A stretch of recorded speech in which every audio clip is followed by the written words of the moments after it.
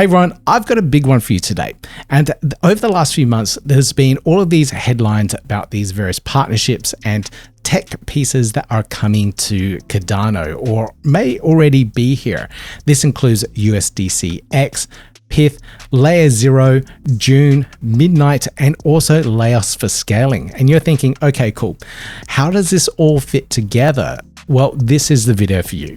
I'm going to break down all of these pieces of tech, these headlines, and see where and what actually matters for the Cardano ecosystem this year in 2026, why it matters, and what is going to create real adoption on the chain, not just the hype. So if it's your first time here, I'm Peter, I'm a Cardano ambassador, I'm a Midnight ambassador. I talk all things Cardano, Midnight, and the broader crypto ecosystem.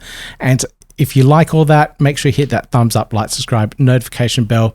Let's get into the details here.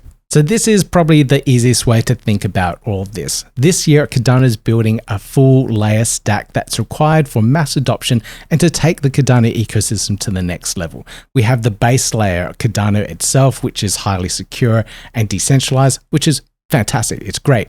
But now we're also going to have scaling with Laos. We're going to have interoperability with LayerZero. We're going to have stablecoin liquidity with USDCx. We're going to have an Oracle layer with Pith and also privacy compliance thanks to the Midnight partner chain and analytics transparency thanks to Dune Analytics. So all of these pieces coming together bring Cardano to the next level. Some of these things were missing, or we had our homegrown solutions which didn't quite reach mass adoption and the broader crypto space. And because of that, it's kind of holding us back.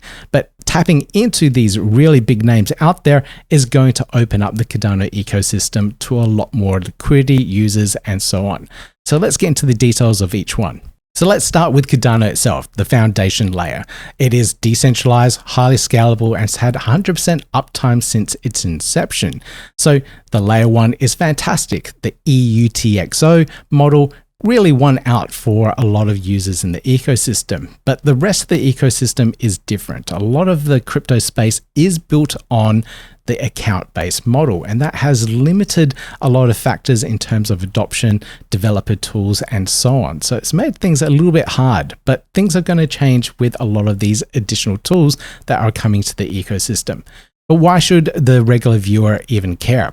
Well, because of Cardano's model that it's chosen, the EUTXO model, it is more predictable at the protocol level. We know predictable fees, it is deterministic, and we don't have weird behaviors such as failing transactions.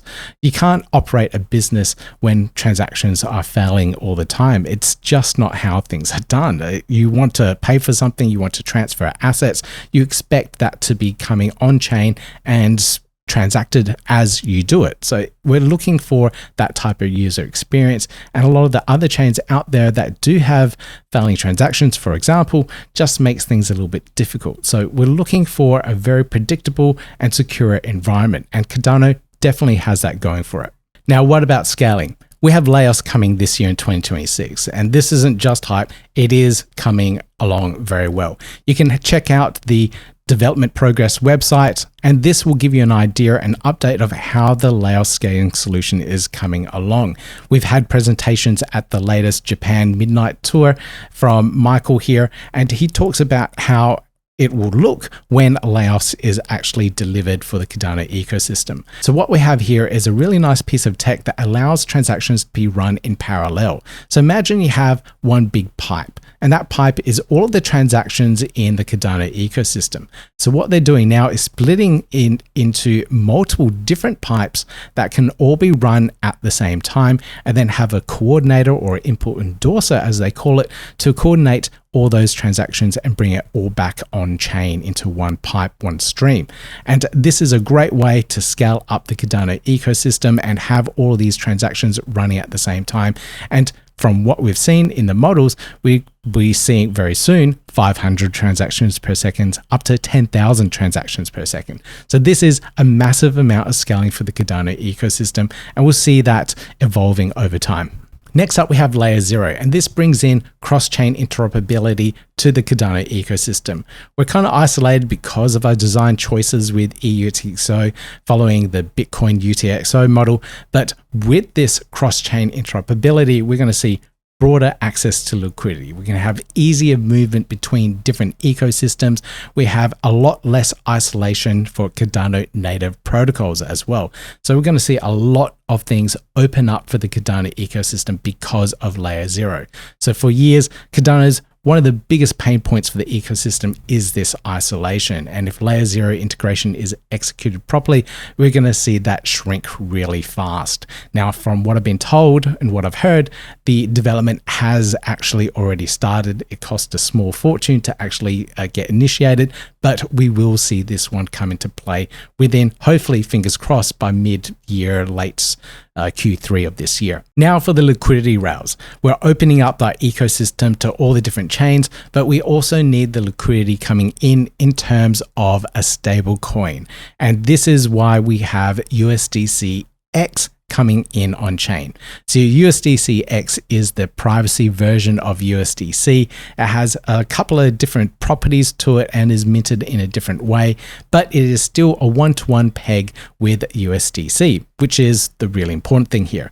So in terms of moving that type of liquidity to the Cardano ecosystem, it should be seamless and really easy. And it's going to be done via Lace Wallet, and probably some other ecosystem partners will have open channels to make that all happen as well. But we're going to see a lot of DeFi expand because of that extra liquidity that can easily move into the ecosystem.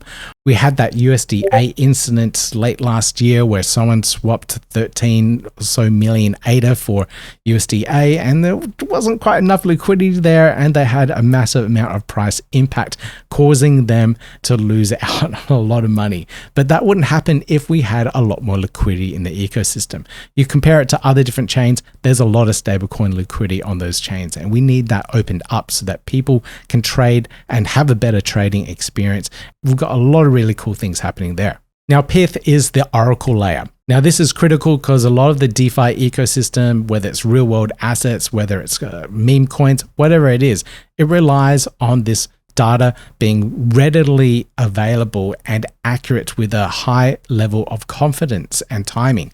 So if we have bad data or the data is delayed, it can end in liquidations and really affect people that are trying to really work in the DeFi ecosystem. So it breaks these protocols and can liquidate a lot of holders that are in the ecosystem. So Oracle quality is one of those things that's kind of invisible and works in the background, but really determines if a DeFi ecosystem can scale safely. And with Pith coming on board, it is really one of those layers that helps all of that.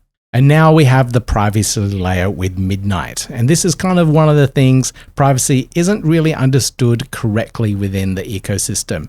With privacy, it's not about hiding everything. It's about selecting what you want hidden or what is required to be hidden so that sensitive information doesn't get out. This is the bridge between real compliance expectations and real privacy requirements.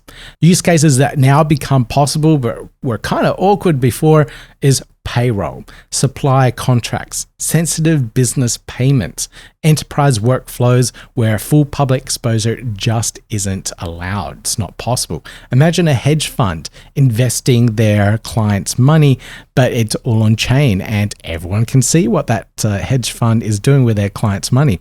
That doesn't really fly well with their clients spending $2 billion on some thing. Maybe it's a political heated asset at the moment, and they don't want to be known to be purchasing that. But because it's all on chain, it's all visible.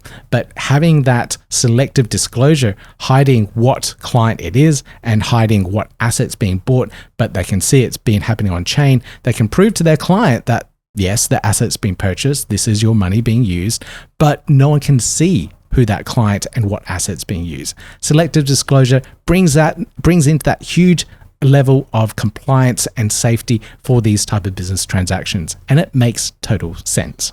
So Midnight is that layer that's making things private and compliant. Now comes the observability part with Dune Analytics, and this might sound really boring, but this is where projects get verified or exposed. Dune Analytics is the major platform that everyone uses to see what's happening on chain, and it is deep. People use this to scour different ecosystems to find out exactly what's happening there. And because the Cardano ecosystem isn't deeply integrated and a lot of data is missing on Dune, we're not getting a full big picture. So when investors come in and say, hey, Solana's doing this, Ethereum's doing that, Bitcoin is like this, they can see it all across Dune Analytics. And then we come in and say, hey, why don't you build it on Cardano? But our data isn't there. Our data is tweaked or written incorrectly, and it's not showing the right stats. And we're looking at it and saying, hey, that's not quite right. It should be like this, but they're taking it for what they see, comparing it with the other ecosystems. So we need that really good source of data and really transparent level of information on Dune to strengthen our ecosystem and to have better measuring tools out there so other people, investors, can compare and to know exactly what they're getting into. So the transparency part with Dune Analytics is really key. So now let's put this all together. We have the Cardano L1, which is absolutely brilliant the way it is. We have Leios for scaling. We have LayerZero for cross-chain rails. We have USDCx for that liquidity rail. We have Pith for the data integrity and oracles. We have Midnight for privacy and compliance. And we have Dune Analytics for the proof of layer, proof that we actually exist and it is doing stuff. That is the full stack. There may be more hidden surprises this year, and if there are more surprises, I will cover them in upcoming videos. So make sure you hit that like, subscribe, notification bell, and I'll keep you guys up to date. Now, if the execution continues and Cardano delivers all this in 2026, the narrative goes from can Cardano compete to Cardano is that infrastructure layer that all of these different protocols can build on and trust to build out their DeFi protocols. Now, I do these videos on a regular basis to keep you guys up to date with everything that's happening. I do all these interviews and I don't get paid for any of this. All my revenue primarily comes from the YouTube ads and sale of NFTs. So if you want to support the channel, you can become a channel member. You can have a look here. These are all my fantastic channel members at the moment. You can subscribe if you have the means to do so, and it's just the price of a cup of coffee. So I've kept it as low as possible. So if you do have the means, if you do want to support, you can do so that way, and it keeps me going, keeps me motivated, and keeps me producing these videos for you guys. If you can't afford that, that's totally fine. You don't need to. Don't feel guilty that you can't, but if you can, at least hit that like and subscribe button. It helps with the algorithm and it helps me get these videos out there for the community. Now, with that out of the way, let's get back to it. Now, I want to take your comments. I want to know what you think is the biggest bottleneck in the Cardano ecosystem at the moment. Is it scaling? Is it liquidity, interoperability, privacy, or is it the user experience? Drop an answer, drop a comment down below. Let me know what you think about this. What is the bottleneck for the Cardano ecosystem?